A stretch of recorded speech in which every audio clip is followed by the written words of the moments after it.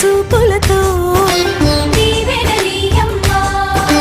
ప్రేమగ లోకాన్ని చల్లగా చూసి దారిని చూపి 12 రోజులు పైగానే వాళ్ళు కుట్టిపోయేది రాదు ఆనే ఉంటుంది. ఎట్లా తెలియదు నాకు. ఇక్కడికి వచ్చినా ఎవరున్నారు ఇంకా కోడలు రావాలంట వచ్చి దాని పండుగ చూసుకొని మనకి పోతా తీసుకొని పోవాలి తీసుకొని పోయి ఆడ కుట్టిపోయాలి.